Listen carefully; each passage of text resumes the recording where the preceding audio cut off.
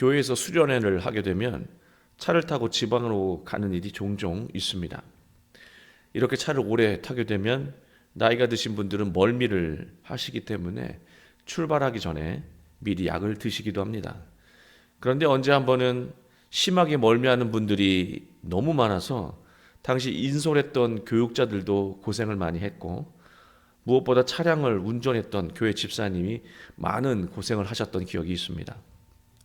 잠시 휴게소에서 쉬어갈 때 운전하시는 집사님과 대화를 하다가 장난스럽게 이런 질문을 했습니다. 집사님, 멀미를 안 하는 방법은 없나요? 집사님은 일도 고민하지 않으시고 바로 대답하셨습니다. 목사님, 운전하면 됩니다. 운전하면 멀미하지 않습니다. 집사님은 농담처럼 말씀하셨지만 평생 교회 차량을 운전하셨던 분의 말씀이었기 때문에 그 말씀이 허투루 들리지 않았습니다. 우리가 놀이동산에서 타는 롤러코스터가 무서운 이유가 무엇입니까? 빨라서 무섭기도 하지만 어느 방향으로 꺾일지 모르기 때문에 그 롤러코스터가 무서운 것입니다. 그런데 롤러코스터를 연이어서 계속 타잖아요. 그러면 처음보다 훨씬 무섭지 않습니다. 두 번째부터는 롤러코스터의 방향이 어디로 가는지를 대략 알기 때문에 더 무섭지 않다라고 하는 거예요. 저는 그날 운전하신 집사님의 말씀을 듣고 조용히 깨달은 것이 있었습니다. 자기가 운전하면서 가는 방향을 알면 멀미하지 않는다는 것입니다. 삶의 방향을 정확하게 알고 그 길에서 이탈하지 않고 살아갈 때 행복하다는 것이죠. 하나님이 사람을 그런 존재로 만드셨다는 것입니다. 라틴어에 파툼이라는 단어가 있는데요, 운명이란 뜻입니다. 영어 페이트가 이 파툼에서 파생된 단어입니다. 파툼이라는 단어의 본래의 뜻은 신이 인간에게 말한 것. 결국 운명이란 말의 의미는 하나님이 사람에게 맡긴 임무라고 하는 것입니다. 사람은 모두 하나님의 임무를 받은 존재입니다. 사람의 인생이 하나님이 맡기신 임무인 것을 정확하게 안다면 우리가 어느 방향으로 인생을 살아야 하는지 분명해지는 것이죠. 우리는 간 곳마다 또 속한 곳마다 하나님의 임무를 수행하는 사람입니다.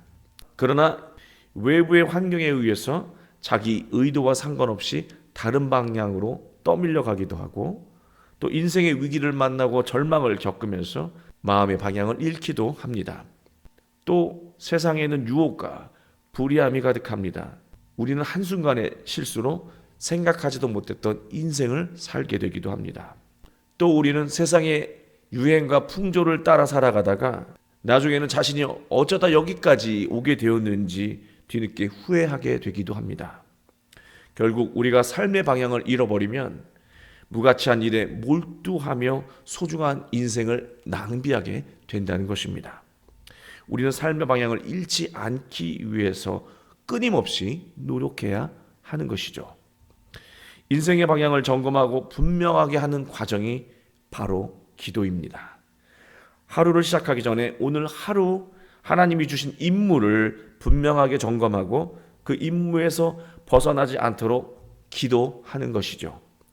오늘 말씀은 기도에 대한 말이 나오지는 않습니다. 그러나 인생의 방향을 점검하며 묵상 기도하기에 참 좋은 본문이라고 하는 것입니다.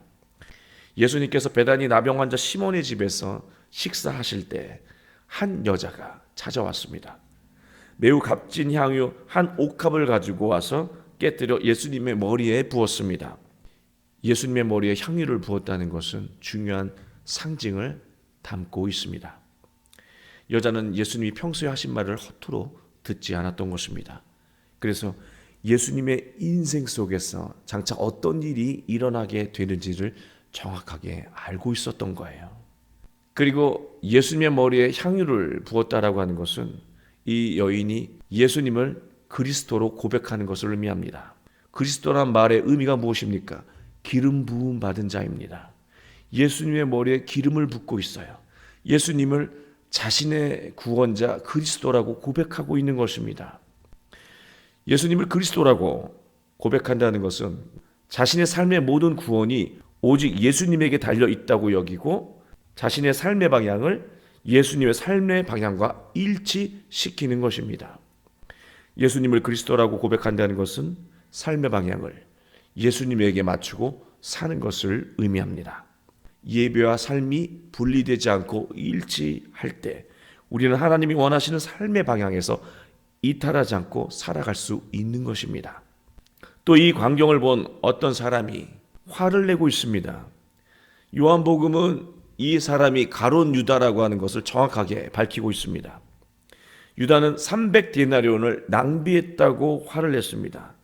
이것을 깨지 않고 팔았다면 가난한 자들을 도울 수 있었다라고 하는 것이죠.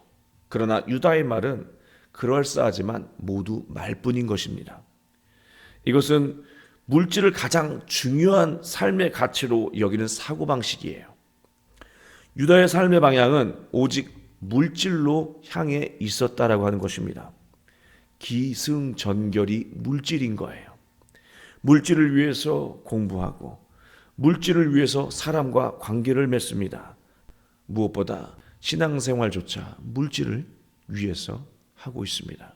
바로 유다가 이렇게 살았다라고 하는 것입니다. 이러한 삶의 방향으로 살게 되면 당장에는 자신에게 유익한 것처럼 보이지만 끝이 얼마나 비참한지를 이 유다의 삶을 통해서 성경은 보여주고 있는 것입니다. 만약 지금 우리의 삶의 방향이 물질로 향해 있다면 지금 기도를 통해서 삶의 방향을 빨리 바꿔야 하는 것입니다. 그 방향으로 끝까지 가게 되면 후회만 가득한 인생이 되기 때문입니다. 오늘 하루 나는 유다처럼 공부하고 있지는 않은지, 유다처럼 일하고 있지는 아닌지, 유다처럼 사람과 관계를 맺고 있는 것은 아닌지, 유다처럼 하나님을 대하고 있는 것은 아닌지 기도하며 마음의 방향을 다시 바로잡아야 하는 것입니다. 예수님은 말씀하십니다. 7절 가난한 자들은 항상 너희와 함께 있으니 아무 때라도 원하는 대로 도울 수 있거니와 나는 너희와 항상 함께 있지 아니하리라. 소중한 일은 반드시 때가 있다는 것입니다. 때를 놓치면 소중한 일을 할 기회도 놓친다는 말씀이에요. 지금 우리가 여러 가지 이유와 변명을 늘어놓으면서 다음으로 미루고 있는 소중한 일이 있지는 않은지 순간순간 점검해야 하는 것입니다. 오늘 해야 하는 소중한 일은 오늘 해야 한다는 것입니다. 그러나 예수님의 이 말씀 안에는 이해가 되지 않는 면이 또 하나 있습니다. 7절 말씀을 표면적으로 읽으면 예수님께서 지금은 가난한 사람보다 나를 먼저 챙기라는 말씀처럼 들립니다. 그러나 예수님은 마태복음 25장 40절에서 이렇게 말씀하셨습니다. 너희가 여기 내 형제 중에 지극히 작은 자 하나에게 한 것이 곧 내게 한 것이니라. 이런 말씀을 하셨던 예수님이 이번만큼은 가난한 사람보다 나를 먼저 챙기라고 하셨다라고 하는 것이 왠지 석연치가 않습니다. 우리가 아무 때라도 도울 수 있는 우리와 함께하는 가난한 사람은 어디 있을까요? 그 가난한 사람은 바로 여기에 있습니다. 언제나 가진 것보다 없는 것을 먼저 말하면서 늘 부족하다고 외치는 그 가난한 사람이 바로 내 안에 있는 것입니다. 소중하고 가치 있는 일과 마주하는 순간이 하나님이 우리에게 주신 임무를 수행해야 하는 순간이라고 하는 것을 기억해야 합니다.